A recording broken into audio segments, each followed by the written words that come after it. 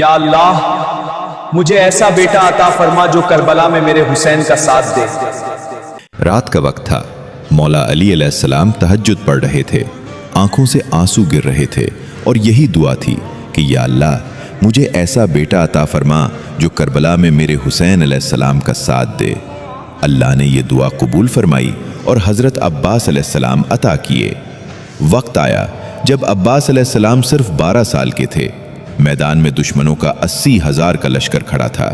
مولا علی علیہ السلام مسکرائے اور فرمایا، میرا کون سا بیٹا ہے جو تنہا ان کے مقابل جائے گا؟ عباس علیہ السلام آگے بڑھے اور عرض کیا، ابا جان اگر خیبر کی یاد نہ دلا دوں تو میں علی علیہ السلام کا بیٹا نہیں۔ حضرت عباس علیہ السلام گھوڑے پر سوار ہوئے۔ گھوڑا اس شان سے چل رہا تھا جیسے کوئی نواب میدان میں اتر رہا ہو۔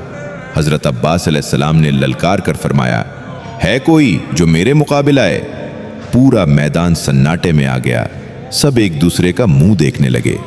قریب نامی ایک بہادر سامنے آیا اور پوچھا، کیا تو علی علیہ السلام کا بیٹا ہے؟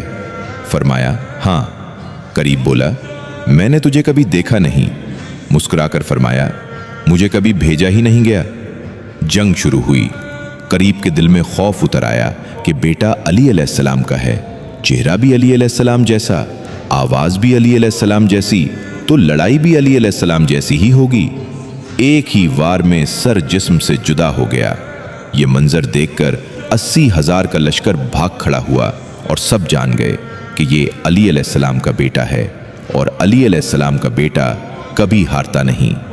اگر آپ کو بھی حضرت عباس علیہ السلام کی بہادری پر یقین ہے تو کمنٹ میں لکھیں، لبیک یا عباس۔